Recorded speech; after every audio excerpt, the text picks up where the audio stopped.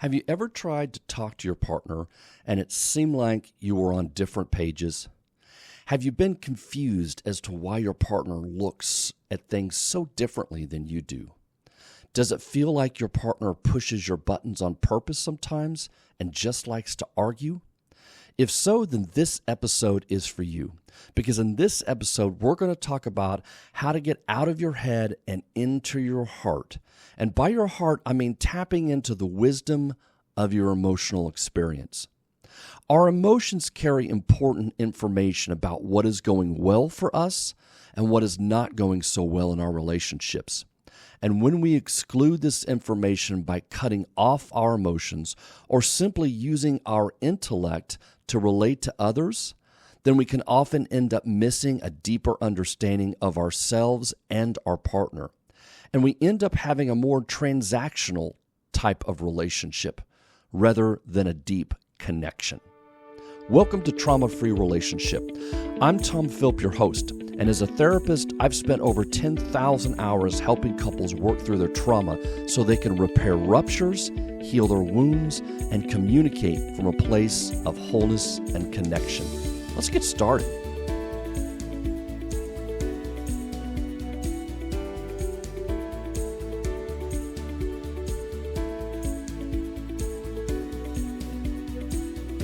Okay, what we're talking about today is how to get out of your head and into your heart, beyond the logic and unlocking the wisdom of your heart. In other words, being able to tap into that lived emotional experience that we carry within us. Understanding our feelings, where they reside in our body, their sensations and locations. It's a huge part of being able to draw on the necessary information that they provide. Feelings aren't just feelings. They aren't just nice to haves in our life. They actually carry important information to us, for us, based on our experience. And we shouldn't downplay them, we shouldn't dismiss them, and we shouldn't dismiss the information they provide. I can't tell you the number of times I've sat with a couple and one of the partners struggled to understand his or her own emotions. This is a huge disadvantage for them in the relationship, in part because they are trying to use their intellect or intellectualize the issue in the relationship. In other words, they are using an intellectual solution to solve an emotional problem. Now, let me say that again because it is really important, and it always seems to be a shock to those who hear it when I say it to them in this session. Sometimes there are couples who are using an intellectual solution to solve an emotional problem. They're using the wrong tool. When your partner needs an emotional connection, when they need validation and empathy, this is not a tool for the intellect. This is a tool for the heart, for the embodied experience of the other partner. To feel our way into someone else's life takes more than intellectual understanding.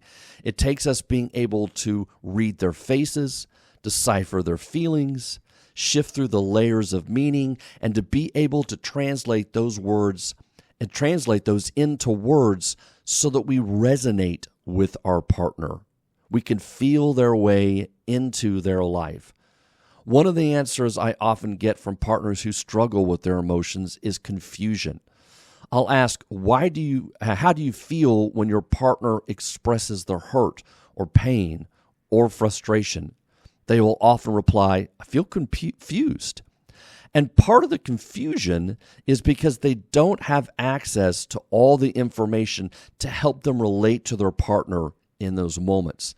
This is, as I said, where it ends up feeling like they're on opposite pages, or their experience that their partner is having is so different than their own, and they're just really struggling to figure out why they see it that way.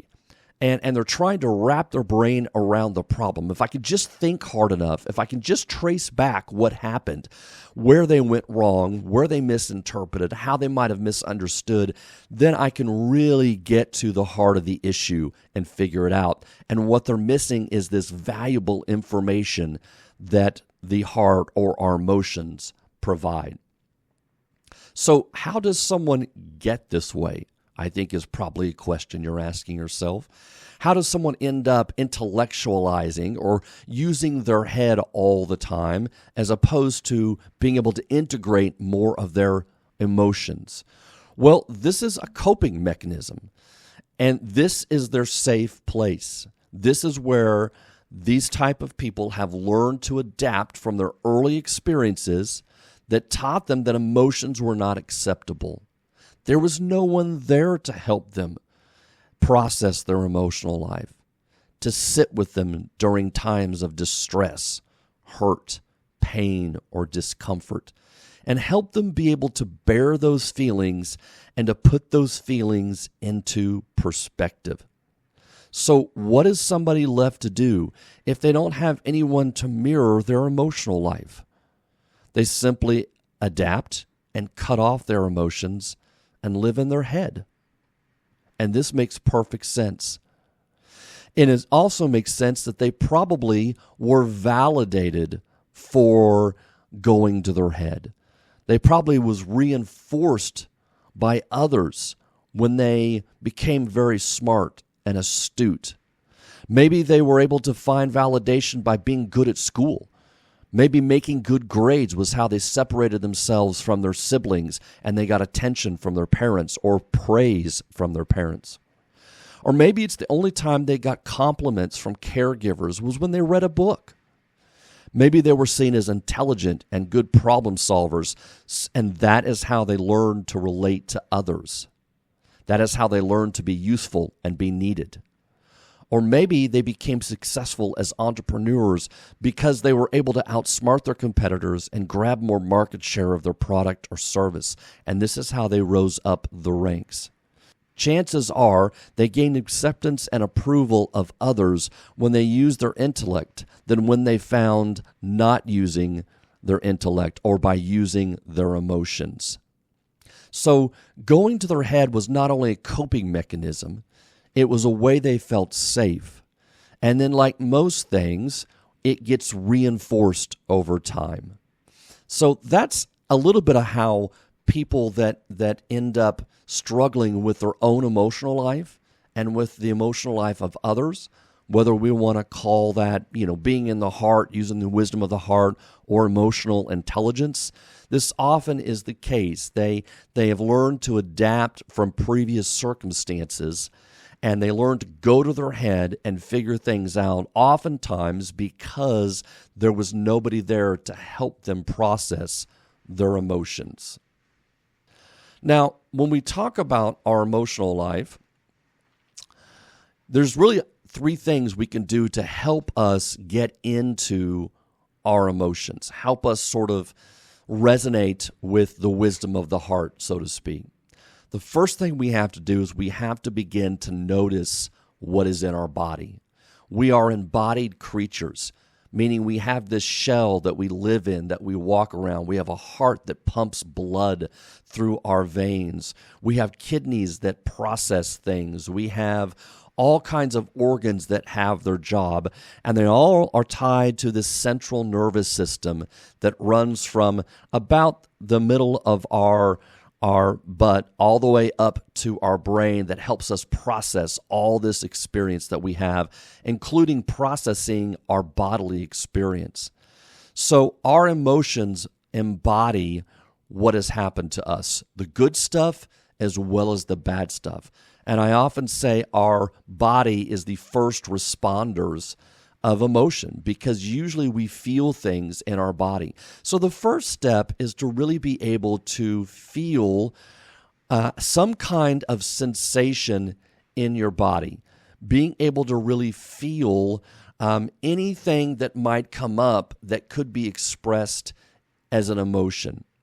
And so those are physical sensations is what we're looking for. Something that you can feel, a moment to scan your body. So, for example, is there a tightness in your chest? Are your shoulders tense? A clenched jaw might indicate anger, where a fluttering stomach might be nervousness. But really, for somebody to take this first step into unlocking the wisdom of the heart, we need to be able to get embodied. We need to be able to experience our feelings within our body. Oftentimes I will ask people, well, where do you feel that in your body? And those who have sort of cut off their emotions and live in their head will say, I don't know, it's just in my head. And that's a very common response. And what that tells me is not that that's wrong in any way, because I think they've lived a long time like that, and that makes perfect sense to me, that response. But what it really tells me is that they're cut off from their body. And so I'll work with them sometimes to be able to start to feel and integrate any kind of sensations that come up for them in their body, and for them to be able to notice that. The second step is being able to name your feelings. Once we begin to feel a sensation in our body, then we need to be able to name that. And we need to be able to put a feeling name to it. This feels good. This feels bad. Is it excited, frustrated? Does it feel tight, loose? What is it that might be feeling in your body that you can put a feeling name to? This feels sad. This feels anxious. This feels scared. This feels joyful and relaxed. So being able to name the feeling is the second step. And really the third step is then being able to communicate that feeling to somebody else. I feel sad in this moment. I feel happy in this moment. I feel anxious right now, like something bad is going to happen. And being able to feel that, let's say, for example, in your stomach. I feel this sense of nervousness in my stomach, but I don't know why. People with anxiety have that feeling. They have this jitteriness in their body and oftentimes in their stomach all the time, even though they can't identify what bad thing might happen. There's just impending sense of worry or doom for them in their bodies. And so what I thought would be interesting to do beyond those three steps is to begin to just sort of walk through that today together. So get yourself into a comfortable position, either lying down or sitting in a chair. Now, if you're anywhere where you can't do that, like maybe you're listening to this while driving the car, please don't take your eyes off the road. You can come back and replay this later when you're in a better place. You can just listen to it now if you want. But I do encourage you to come back and walk through this while you're in a more relaxed position, while there's no distractions. So if you are lying down or sitting in a chair, I want you just to stop, slow down, and try to just relax your body. And what we're going to do is we're going to just slow this thing down for a minute. And I'm going to soften my voice for just a little bit. And I want you to take a really big breath through your nostrils and then slowly breathe out through your mouth. And we're going to do this a couple of times. And what this is doing is activating our sympathetic nervous system. And then as we breathe out, it's activating our parasympathetic nervous system. And it's causing our body just to relax a little bit. So just take some deep breaths in through your nostrils and out through your mouth. And now what I want you to do is just to begin to scan your body for a moment. Start down at your toes and move your way up. Are there any sensations that you notice? A quick pain, a pull, a tightness, or a tension? Can you even feel your feet on the floor? Or if they're hanging off a couch, what sensation do they have hanging off the end of a couch or a bed? Or maybe there's a softness somewhere that you can begin to recognize, a little place of calm. Now keep moving up your body, up your calves and up your thighs to your torso, and see if you notice anything. Is there a warmth, a coolness? Is there a tingling or a tightness? Continue taking deep breaths as you scan your body as well.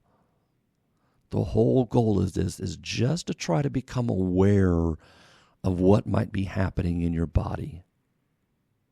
Just be aware if there's any kind of sensations. Even if you can't quite name it yet, that's okay. This is not a pass-fail. There's no way to fail this test. We're just trying to connect to some of the wisdom of our body. Now, as I said, the next step is if you feel some kind of sensation, can you name it? Can you give it an emotional name that you might be feeling in your body? Anything that comes along with that sensation. Does it feel like it holds a sense of sadness or loneliness? Is there a sense of pain or hurt, shame or joy? Or maybe it just feels peaceful. Just see if you can put any kind of a word to it, to that sensation that you've felt in your body now. Now, I don't want you to judge the words. Just give yourself some distance and just hold some space for whatever word comes to mind. We're not here to judge our feelings. We just want to try to understand our feelings better. And we want to see if we can connect our feelings to any sensations in the body. So we're not going to judge it. We're not going to tie any beliefs to it. We're just going to go, it feels like there's a little bit of a tingling in my stomach. That feels like anxiousness to me. Now, take that part of your body and the feelings you asked yourself and ask, what is this feeling saying to me in relation to my partner?